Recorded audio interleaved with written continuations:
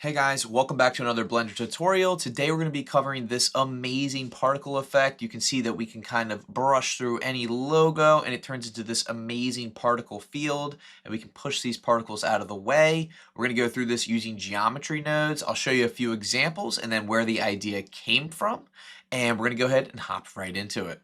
Alright, so the original idea for this came from the Mensa Foundation website. As you can see right here, you can kind of go ahead and put your mouse through this brain logo that they have, and I just thought this effect was so cool, so I had to figure out how can I recreate this in Blender using geometry nodes. And also special shout out to this user on Blender Stack Exchange, because their answer is what's going to help us actually create this effect. We're going to modify it and make it our own and add a few different customizations to this effect so that it can work on any logo or any object. Here's an example of those nodes. If you're just looking to copy just that example, go for it. Here it is. If not, we're going to continue on to my iteration of this idea. You'll see that my node setup looks a little bit different than the one that I just showed you, and that's because I added a few extra things to customize it. All right, without further ado, let's go ahead and let's hop right into this tutorial, because I'll tell you what, this is like a game and I could play with this for hours. Oh yeah, I guess we gotta, should I start? But this is so much fun, I can't stop. All right, guys, we are back in Blender 4.4. We're not using the latest version, but we are going to be using 4.4 to develop this using geometry nodes. So I'm going to go ahead and hop right into my scene. I'm going to press A and then X to delete everything. I'm going to go over to the Geometry Nodes tab, and I'm going to Shift A to add a single vert, which is just a single vertex. If you zoom in, you can't even barely see it, but we are going to create a new Geometry Nodes setup based on this so that we have a very minimal setup with basically no objects. We're going to create everything completely from scratch. Now there's a couple of main things that we're going to need for this setup, but the very first thing is something to actually simulate with. So I'm going to add a grid in here. I'm just going to plug it right into the group output here. And as you can see, we have our grid. Now what we're going to want to do is actually instance onto this grid so that we have a bunch of points. So I am going to type in instance on points, and then we need an object to instance to those points. So I'll just use a sphere. You guys can use any object you want. I'll go ahead and plug it into the instance. You'll see they're all right here. I'll choose a radius of 0.01. Let's try 0.05. That looks fine. You can adjust this later on. One of the things I would suggest doing is with your segments and rings, I would actually lower those so that there's less for Blender to process. So I'll just do 10 for each. There's going to be so many of these that you're not even going to notice the small detail difference. And if you really want to, you can shade smooth anyway. All right, so as we move forward here, before we enter into our actual simulation, we want to take something from these points. We want to be able to know the original position of these points. In order to do that, we're going to use a stored name attribute.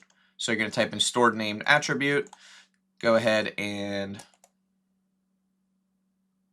So you're going to type in stored name attribute, go ahead and plop that right here. And we're just going to go ahead and make this a vector because we want to know the location of something, which is the X, Y, and Z. We want to know the location of the instance. And for the name, you can name this whatever you want. I'm just going to name it something that makes sense, like original POS, which is original position. Okay. Now, in this case, we need a value for that position. So we need the position. And we're going to go ahead and plug that into the value. And this is going to be used later to make all those points snap back into place. This is a simulation, so we're going to need a simulation zone. So let's go ahead and separate everything here so we have a little bit of space. Let's add a simulation right here. Now in this case, we want to plug in the geometry to the simulation, and we want to plug in the output of the simulation to our group output. Right? So everything's going to get passed through here. Now, how do we actually make these points move? Well, we'll need a set position node. And this, we're just going to plop right there, and we're going to get back to that later. This set position node is going to move the points out of the way and then back into their original position. We're going to do a little bit of math to actually calculate that, but right now, this is all you need. Okay, so the next thing that we're going to need is we're going to need something to actually move these points with. It can be any object, but for the simplicity purposes of the tutorial, I'll add in a sphere. I'm just going to move it up so that it's kind of out of the way of these points. And this sphere is going to be referenced within geometry nodes. Now, a really quick and simple way to do that, if I zoom out here, is we can actually click and drag this sphere right into geometry nodes. And you'll see we get this object info node. This is what we're going to use to gather information about the sphere and where it is in 3D space. Well, this is where things get a little bit fun. They get a little bit complicated, but just try to bear with me because we're going to recreate the node setup that we saw in the forum, and then we're going to modify it to make it work a little bit better. So the very first thing we're going to need is we're going to need to actually figure out how to move those points back to their original position. And we're going to be using a switch node to actually compare where they were and where they want to go and decide what to do with them based on the condition. So a switch node, there's many things you can do with it. In this case, we're going to be kind of checking the condition of where the points are in proximity to the actual sphere itself. So we're going to leave this switch node here, and we're going to feed it into our set position soon enough. But the very first thing that we're going to need over here is we're going to need to bring in our named attribute. And as you guys remember, we named that original position. So I'm going to copy that. And remember, the key thing to make this work here is you don't want to have this be float. You want to have this be vector because we're dealing with an XYZ component, okay? We're also going to need our position, all right? And we're going to go ahead and take these into a vector math node, all right? So vector math, we can decide what we want to do with it. In this case, we want to subtract the position from the original position right here, just like that. Then this is where things get kind of interesting and we can start to customize things. We want to go ahead and duplicate this node right here, which is our subtract node, but we actually want to make this scale. And what this scale is going to do is this is going to help us determine how quickly those things bounce back. Okay, so this is sort of the speed. And this value here, right, we're going to plug in the subtract value into the scale. This value is going to decide how quickly those things bounce back. So I'm just going to plug in a custom value. I think I'll do 0.08, just like the example. We'll go ahead and plug that in right there. And this is going to help us determine how quickly those points bounce back, like I just said. All right, we'll move off our switch over here. And I'm actually going to highlight all these, Control J to join, just so we can keep them all in the same area. And we'll later label this to make sure we know what it's actually doing.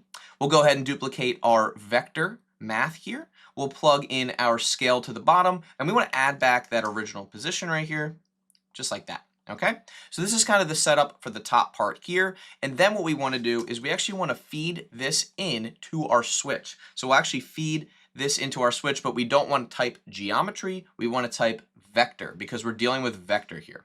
We'll go ahead and plug this into the top component. And this is our first condition, right? This is actually figuring out where that original position is. So if you press N, if you don't have this side panel right here, we're going to label this original position so that we know exactly what it does. Also, this would be a great time to save your project.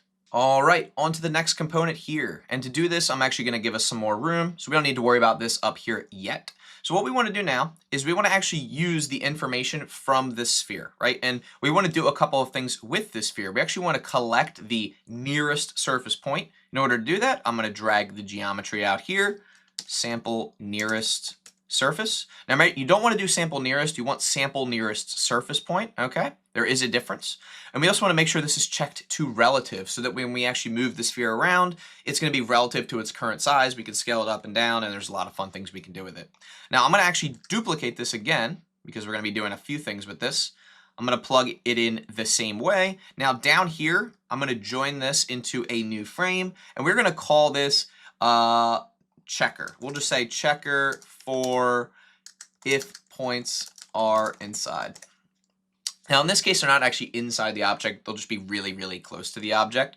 But what do we actually want to sample here? Well, the value we want to sample is the position. Okay, we want to sample the position of these points. So we'll plug that into the value. Same thing down here. And I'll go ahead and plop this into our joined node group here. I'll go ahead and plug that into the value. Now, instead of float, we want to use vector because, again, we're looking for an XYZ component. So make sure these are both flipped to vector here.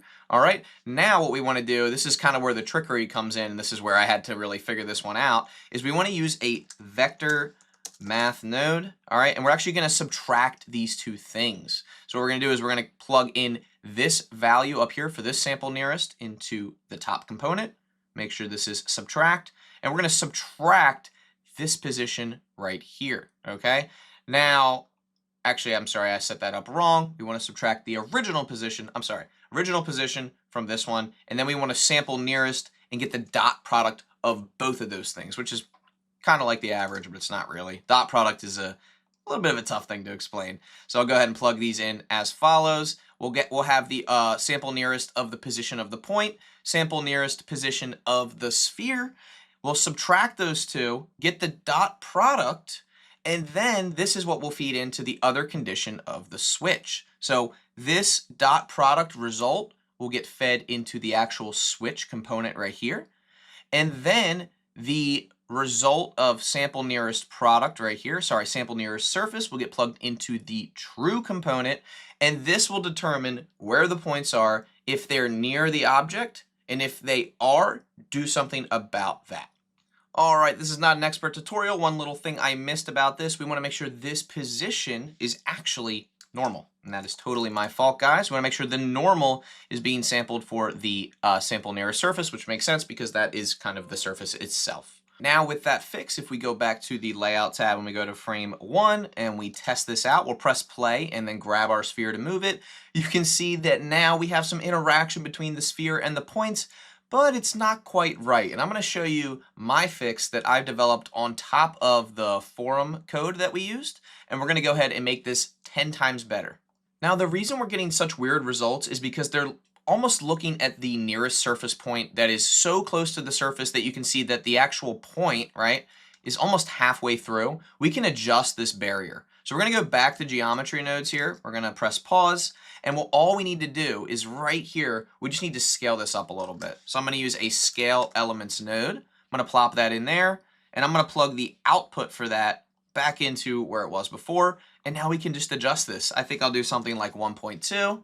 I'll go back to my layout. Let's play this back. And now you can see that the points are almost on the exterior of the surface now, right?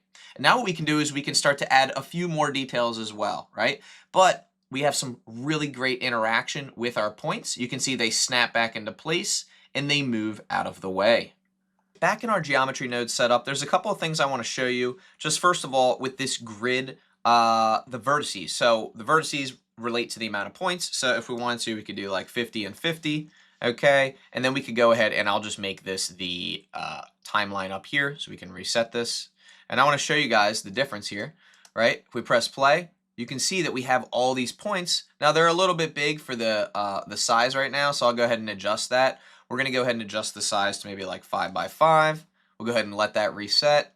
And now you can see when you scale the sphere up, now we're starting to get this kind of particle simulation that we were looking for, right? We can push through these points and it just looks really, really good. But there's a few other things I want to add that I saw in that original example from the website. You'll notice everything's stagnant. Right now, the points just stay in place, which is great because that's what we program them to do.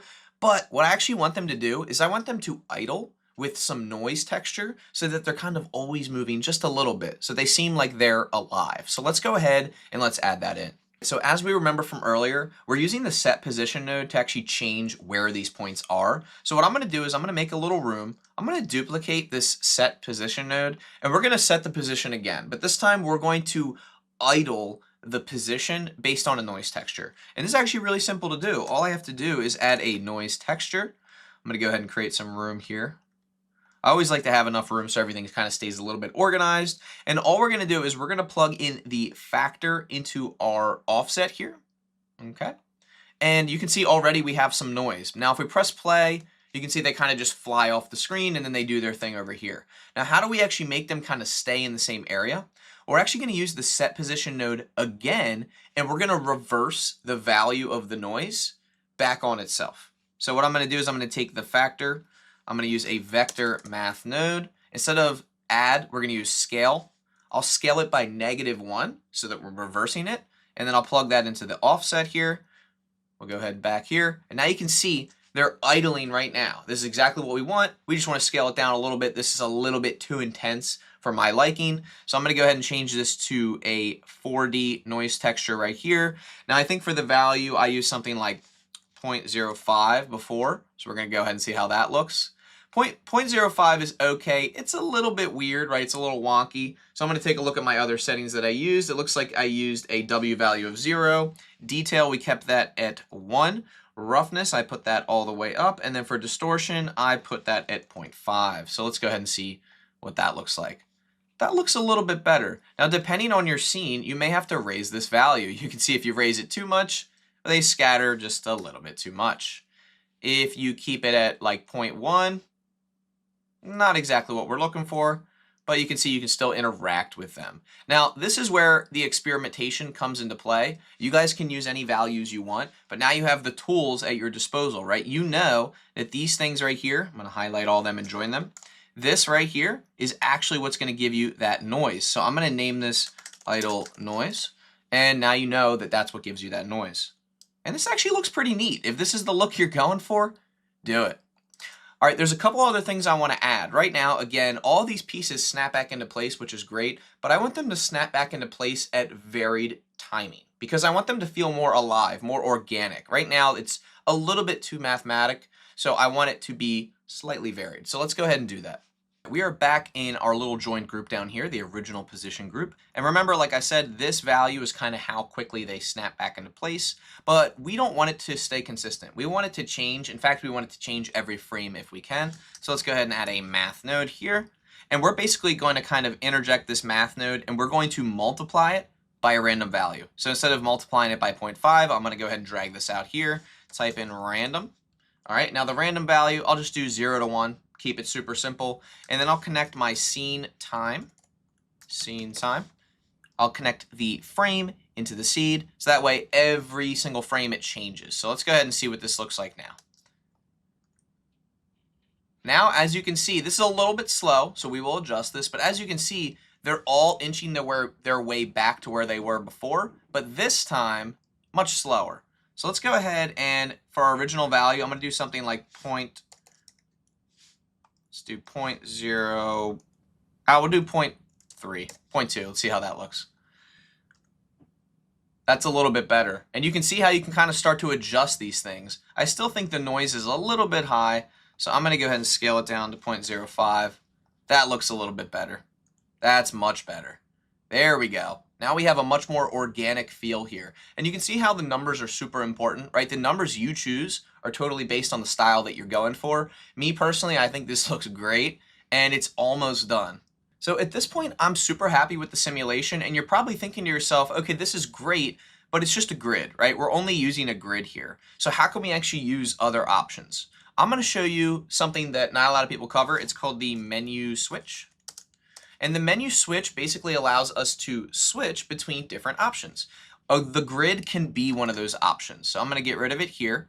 I'm going to plug it into our first option, which is A, and the output will go back here to our instance on points. So whatever the object is that goes through the menu switch, we're going to instance spheres onto that object. So we have a grid here. Let's add a UV sphere. All right, that'll be option B. Now, for our group input, this is going to allow the user to decide which one they want. I'll go ahead and plug that in here. And now you'll see on the right, we have our little menu, right? A and B. We can rename those later, but let's go ahead and try it. Let's switch this to B.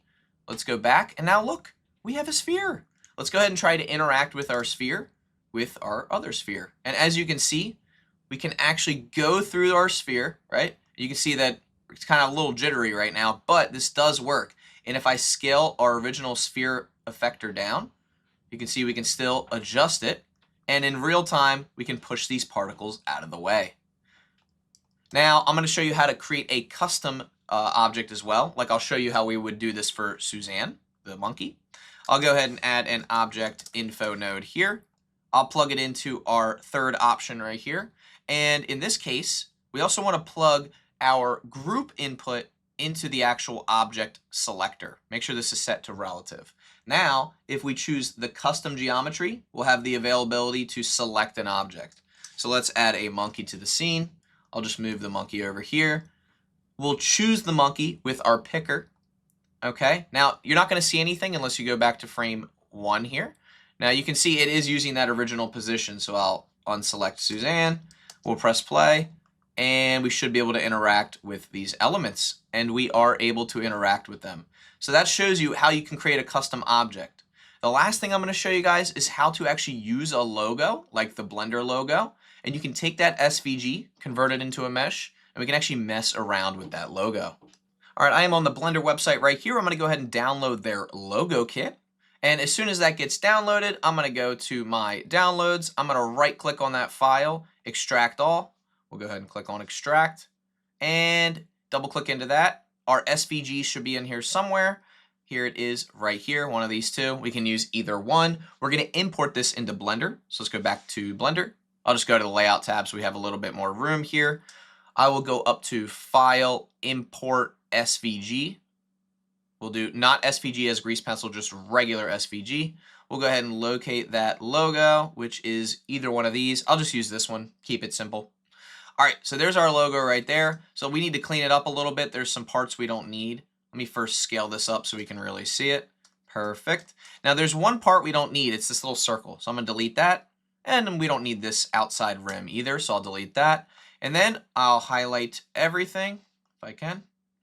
Highlight everything like that, Control J, which doesn't want to work sometimes, so I can individually include everything.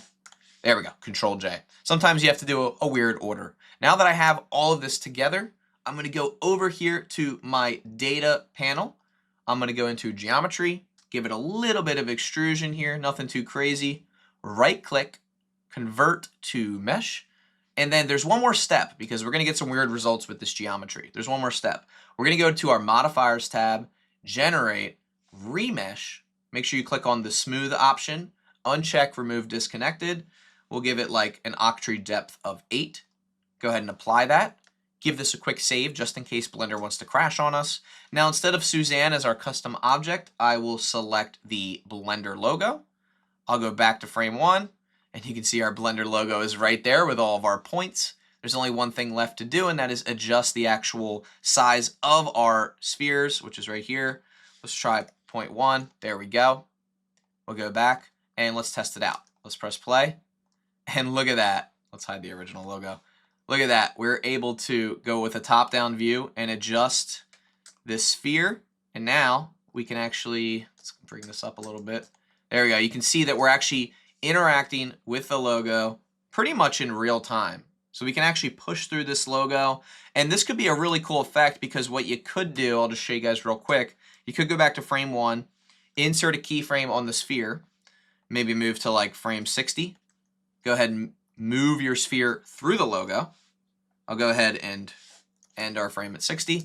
If I play this back, get something like that, right? So now you get this really, really cool effect. And I think this looks really nice. Let me let it run a little bit past the last keyframe.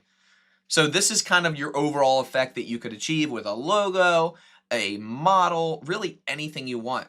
And you don't have to limit this to spheres, right? You can make this a bunch of fruit. You can make it a product. You can make it pretty much anything. Since it's instancing, it's really not too hectic on Blender's system here.